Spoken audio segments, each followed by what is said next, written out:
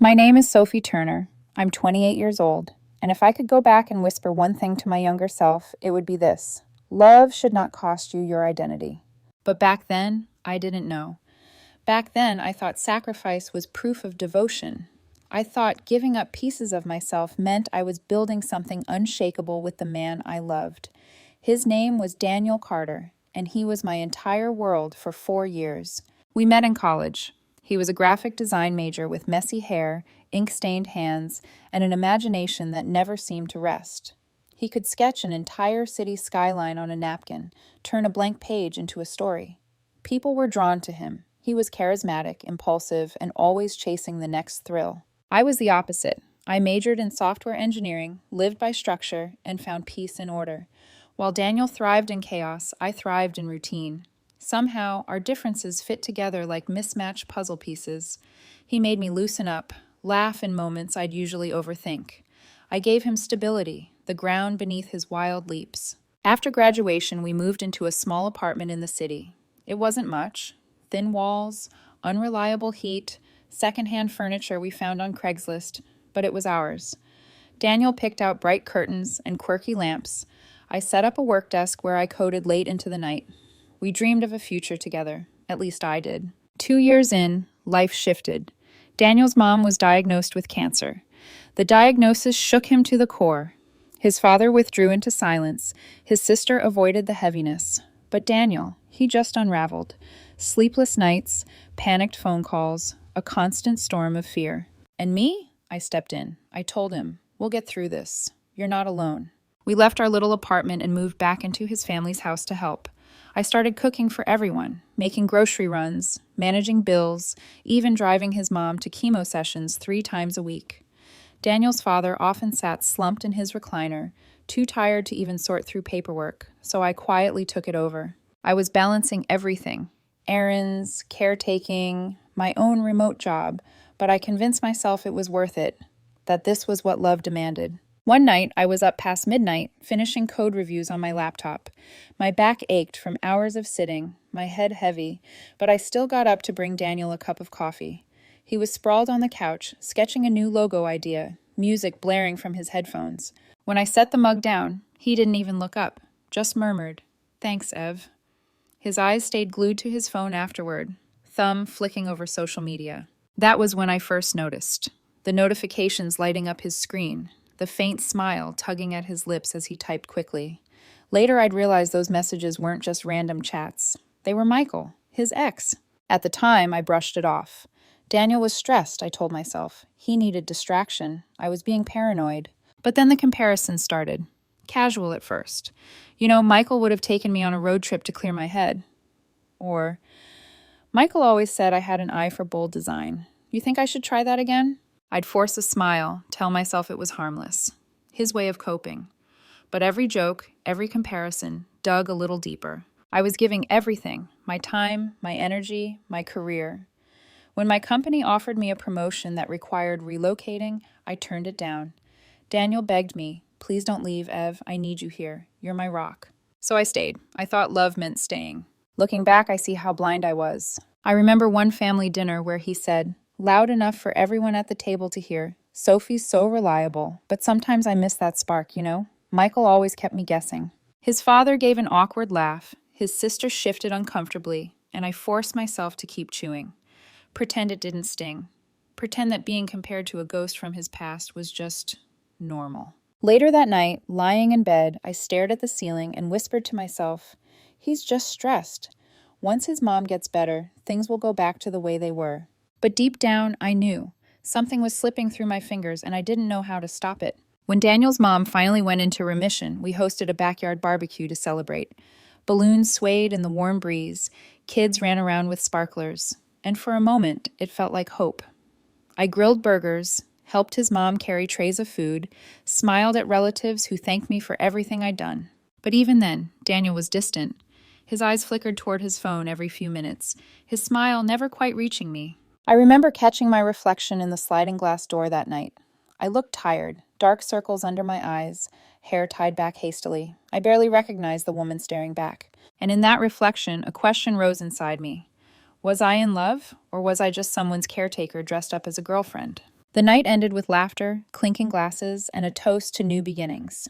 But inside me, unease coiled tight. I didn't know it then, but that barbecue would be the stage for my downfall, the night where Daniel would rip away the illusions I'd clung to. For now, though, I just smiled, carried empty plates to the sink, and told myself that tomorrow would be brighter. Little did I know, the storm was already here. The night of the remission barbecue is scorched into my memory, not for the laughter or the celebration, but for the way my world quietly collapsed between the chatter and the clinking of glasses. Daniel's backyard was strung with fairy lights, soft yellow bulbs glowing against the twilight.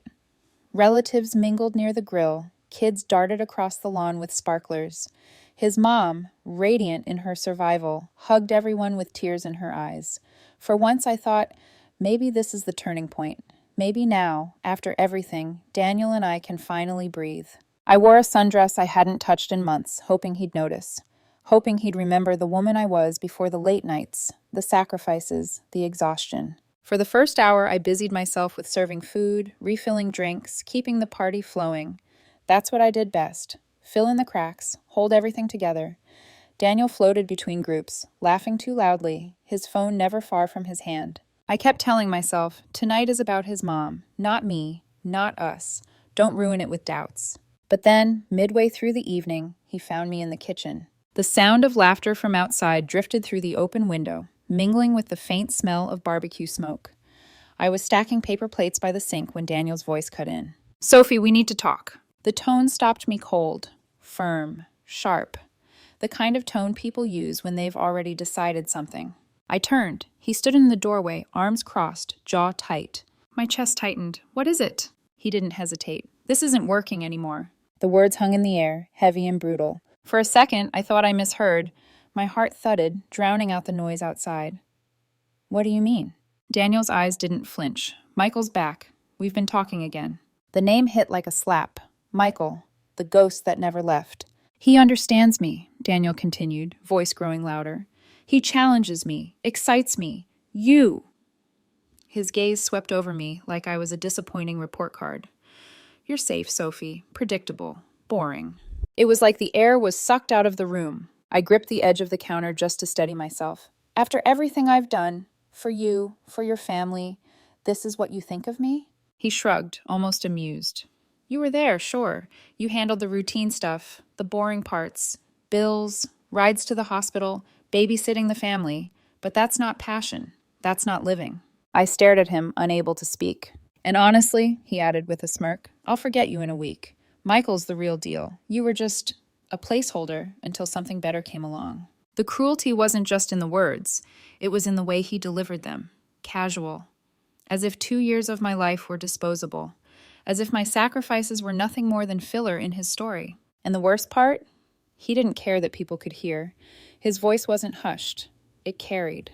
I saw shadows shift in the hallway. His aunt glancing over, whispering to his cousin. His father, lingering near the doorframe, looked away, shame flickering across his face.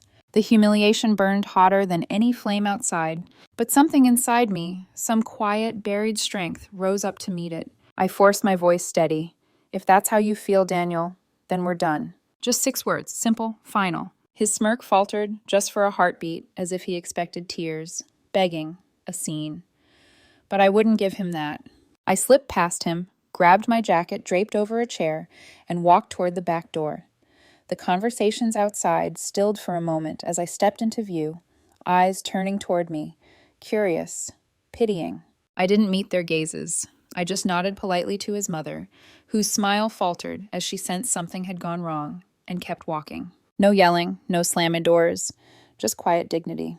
The night air was cool, the grass crunching beneath my shoes as I crossed the lawn. Behind me, I could feel the whispers start again, but I didn't turn around. I reached my car, slid into the driver's seat, and sat there for a moment, my hands gripping the steering wheel, so tightly my knuckles whitened. Tears threatened, but I swallowed them down. Not here, not tonight. With one steady breath, I started the engine and drove away. Back at my apartment, I packed what I needed. Essentials only. Clothes, laptop, a few personal items. Every fold of fabric into the suitcase felt surreal, like I was watching someone else's life unravel. On the nightstand sat a photo of us from our first apartment, Daniel kissing my cheek, me laughing with eyes closed. I stared at it for a long time before slipping it face down into the drawer. That night, I blocked his number, blocked him on every social platform. I deleted old messages, photos, even contacts tied to him. By morning, I had already emailed my company, telling them I was ready to accept the relocation promotion, the one I'd turned down for Daniel. I didn't leave a note. I didn't leave an explanation. He wanted to forget me in a week? Fine, I'd make it easy. The silence of that first morning was deafening. No buzzing phone, no half-hearted, thanks, Ev, no heavy weight of someone else's needs pulling me in every direction. It should have felt freeing, but all I felt was emptiness, a hollow where love used to live. Still, beneath the ache, a flicker of something else stirred. Resolve. If he wanted excitement, chaos, manipulation, that was his choice. I chose myself. Driving toward my new city a few days later, I watched the familiar landscape blur past, the gas stations where we used to stop, the highway signs I'd memorized after countless trips to his mom's appointments. With every mile, the memories thinned, replaced by something steadier. I wasn't sure what awaited me, but I knew one thing for certain. I would never again mistake being someone's rock for being their stepping stone. And someday, I thought, he'd regret the way he threw me away. But I wouldn't be there to see it. The first weeks in the new city felt like wandering through fog. My promotion had placed me in a sleek office overlooking bustling streets, but most days I barely noticed the view. I would sit at my desk, hands on the keyboard, and the memory of Daniel's smirk, his words, "I'll forget you in a week," would echo like a cruel mantra. It was strange. He had been my whole world, yet in the silence of my new apartment, I realized how little of myself I had left. My hobbies, my friendships, even my ambitions had been buried beneath caretaking and compromise. And now, in the absence of his chaos, I didn't know who I was. That's when I started therapy. The first session was awkward. I sat stiffly on the couch across from a woman named Dr. Malik, unsure what to say. But eventually, the words spilled out.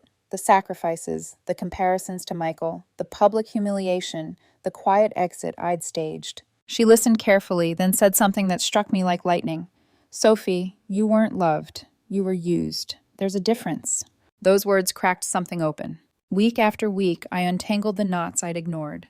I realized how long Daniel had been slipping away, how often I excused the red flags because I was too busy holding the family together. I began to see the truth. I hadn't lost a partner. I had freed myself from a parasite who drained me dry. Outside therapy, I poured myself into rebuilding. I joined a gym, not for aesthetics, but to feel strong again.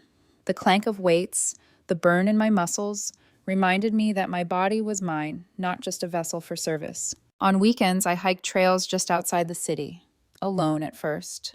I remember reaching the summit of one trail, lungs burning, sweat soaking my shirt, and staring at the horizon.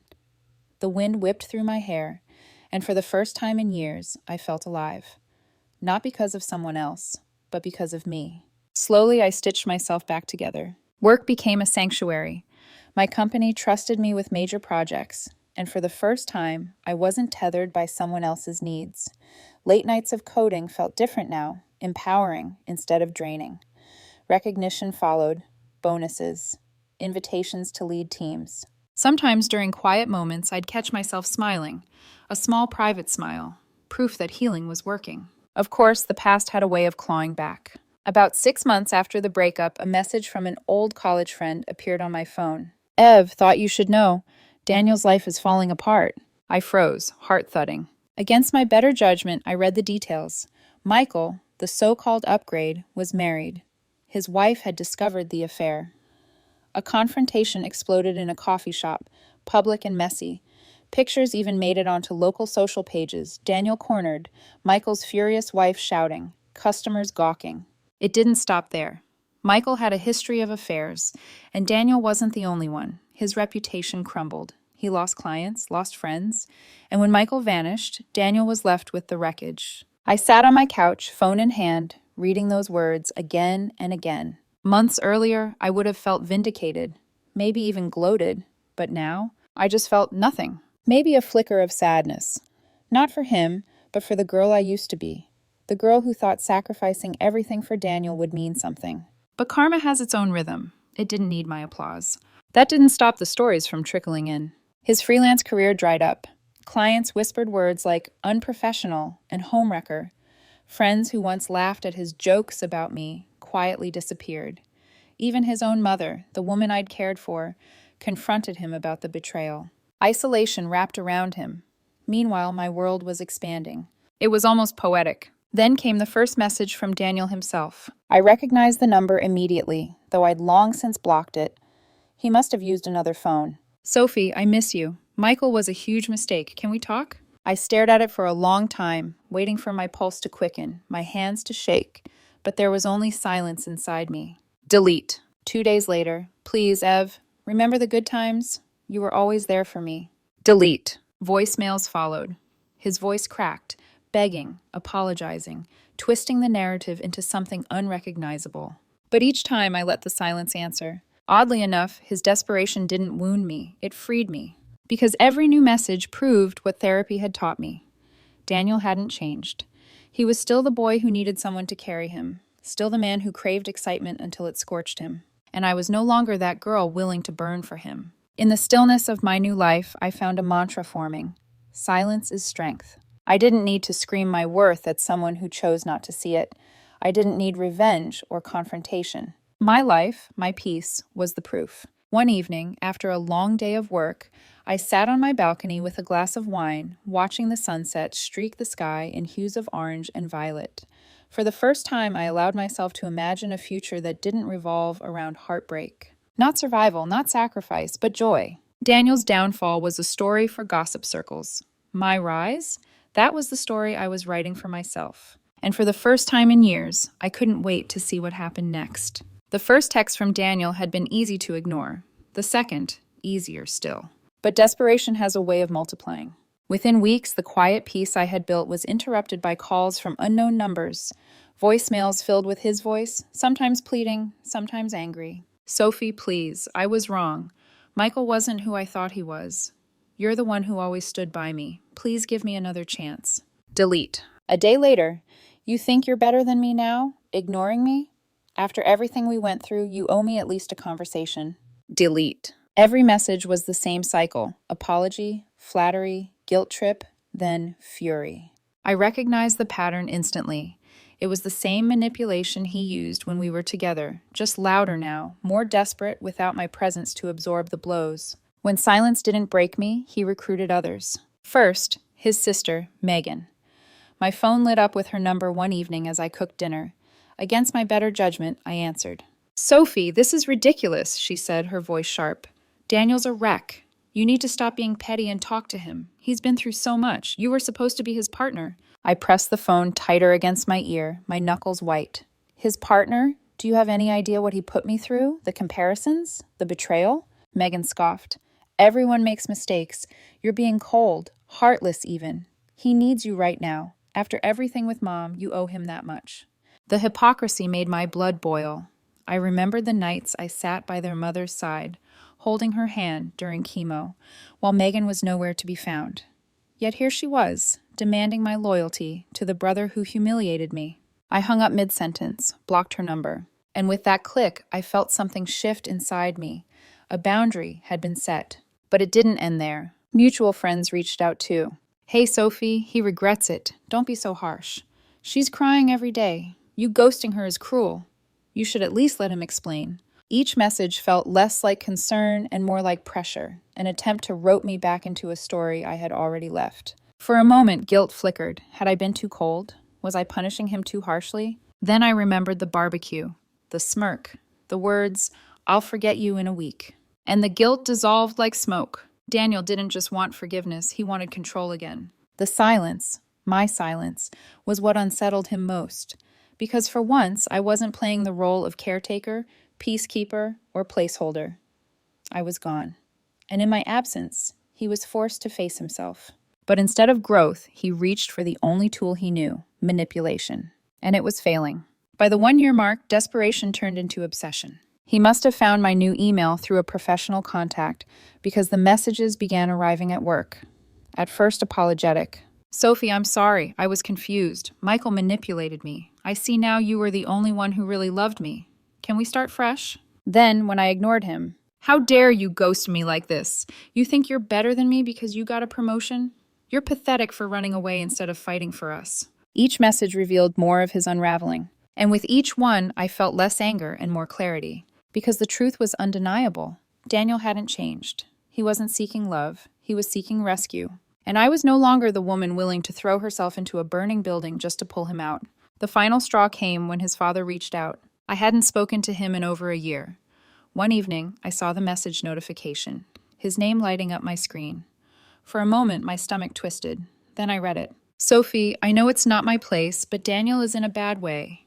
He's lost nearly everything. Please, if you could just talk to him, it might help. I sat with that message for a long time. This was the man whose paperwork I organized, whose house I kept running, whose wife I drove to appointments while he collapsed under the weight of fear. And now he was asking me to fix his son again. I almost laughed, because even he couldn't see it. The pattern that had ensnared all of them. Sophie the fixer. Sophie the one who kept the machine running. Sophie who bled herself dry to keep everyone else afloat. But that Sophie was gone. I deleted the message. That night I journaled, a habit Dr. Malik had encouraged. I wrote, "This is not cruelty. This is survival. I owe nothing to the man who discarded me. I owe everything to the woman I am becoming." Reading those words back, I felt tears prick my eyes, not from sadness, but from release. Because for the first time I believed them. Still, one thought lingered at the edge of my mind. A wedding was approaching. An old mutual friends, the kind of event where Daniel and I would inevitably cross paths. Part of me wanted to skip it, avoid the confrontation, but another part, the stronger part, knew I had to go. Not for him, not to prove anything, but to stand in the same space, look him in the eye, and know that his words no longer had power over me. In the weeks leading up to the wedding, I prepared myself the way you prepare for battle. Therapy sessions, journaling, quiet affirmations whispered to my reflection in the mirror. You are not a placeholder. You are the main event of your own life. The day before, I stood in front of my closet, choosing what to wear. My fingers brushed over the sundress I wore to that barbecue the night everything shattered.